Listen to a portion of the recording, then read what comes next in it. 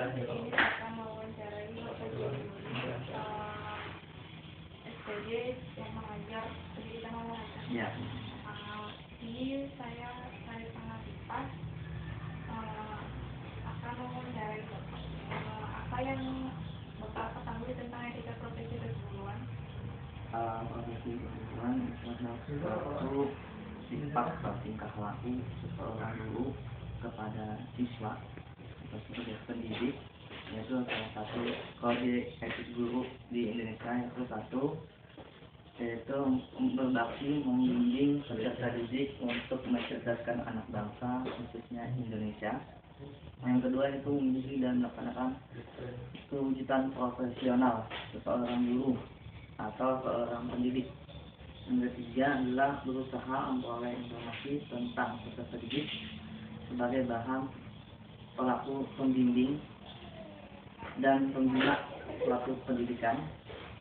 Dan yang keempatnya itu guru menciptakan suasana sekolah sebaik-baiknya untuk mencapai suatu tujuan yang diinginkan oleh pihak sekolah maupun negara.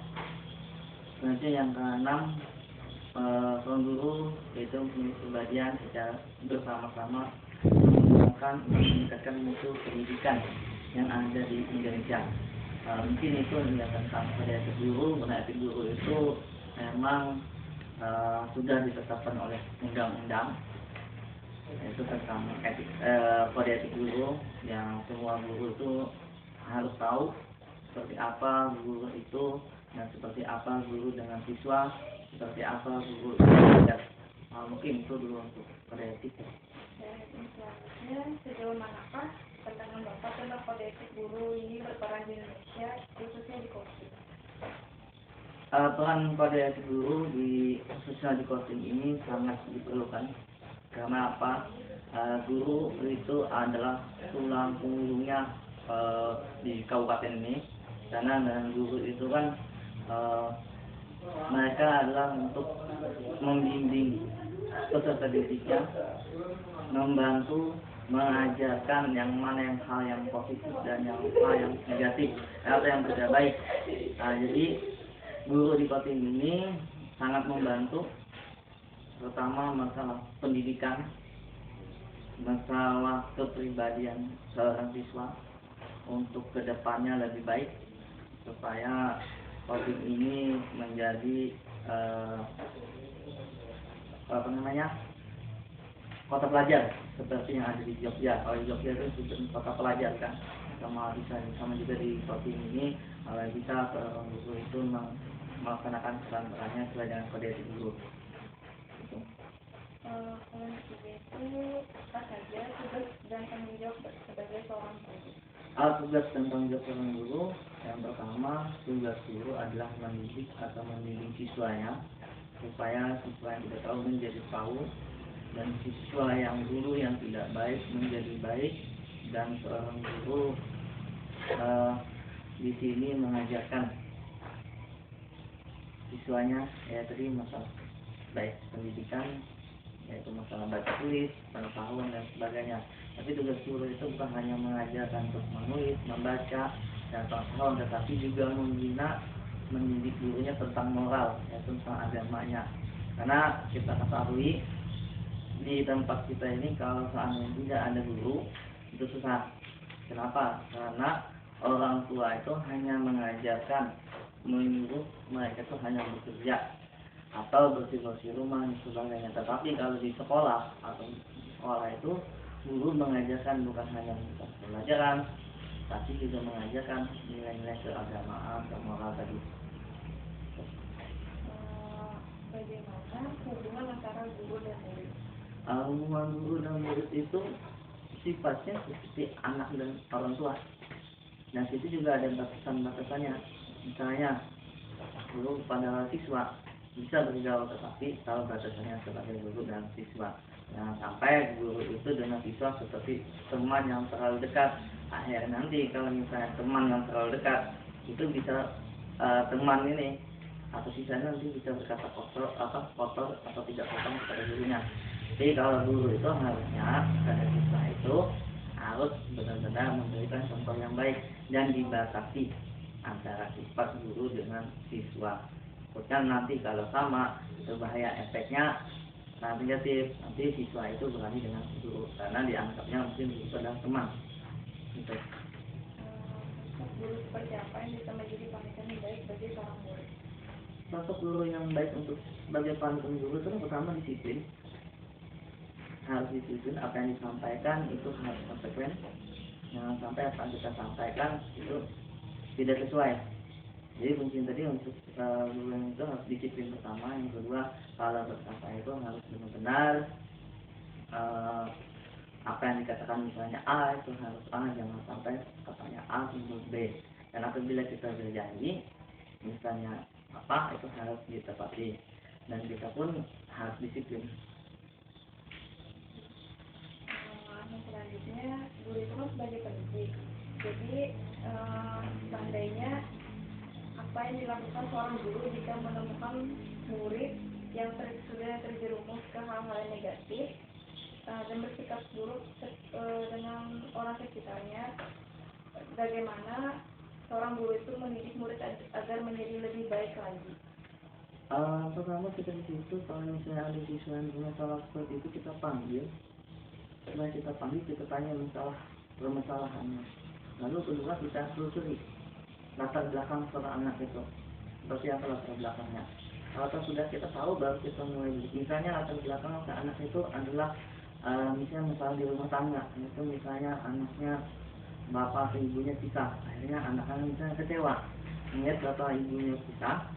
Lalu anaknya kadang-kadang karena kurang pengawasan di rumah, akhirnya kadang-kadang di sekolah atau di luar itu membuat macam-macam, misalnya ada narkoba, merokok, mencuri dan sebagainya. Nah, mungkin pertama kita di situ masuk tadi kita beri bimbingan. Nah, ada yang BK, ada yang tadi diberikan.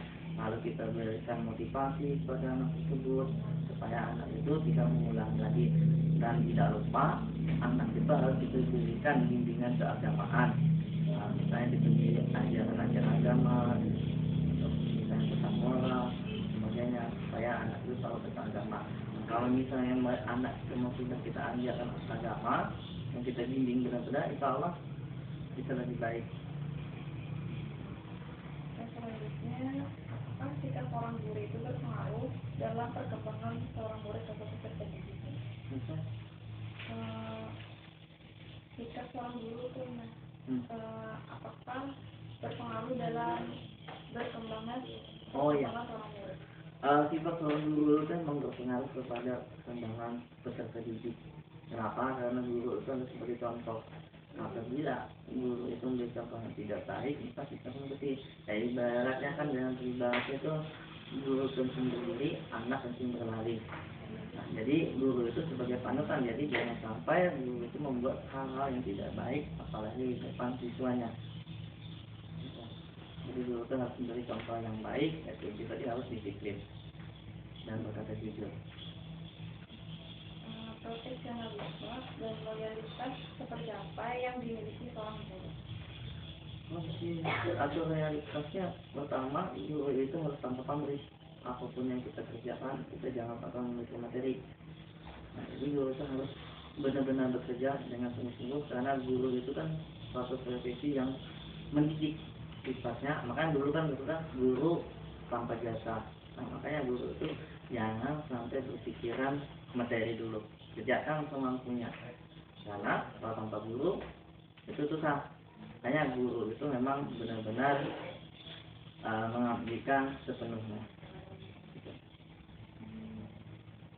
Bagaimana cara mengatasi pelanggaran terhadap kode etik guru?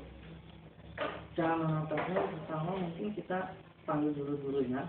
Yang kedua kita tanyakan apa permasalahan. Misalnya kalau sudah tahu baru kita beri teguran. Tegurannya misalnya guru itu sering terlambat misalnya untuk mengajar. Kita beri kita tegur dan kita minta guru itu jangan sampai mengulangi terlambatnya untuk mengajar. Kalau misalnya ada gurunya misalnya gurunya tidak mau mengajar, kita panggil. Kenapa? Apa alasan guru itu tidak mengajar? Kalau misalnya ada alasan kita tunggu solusinya supaya guru itu mau mengajar.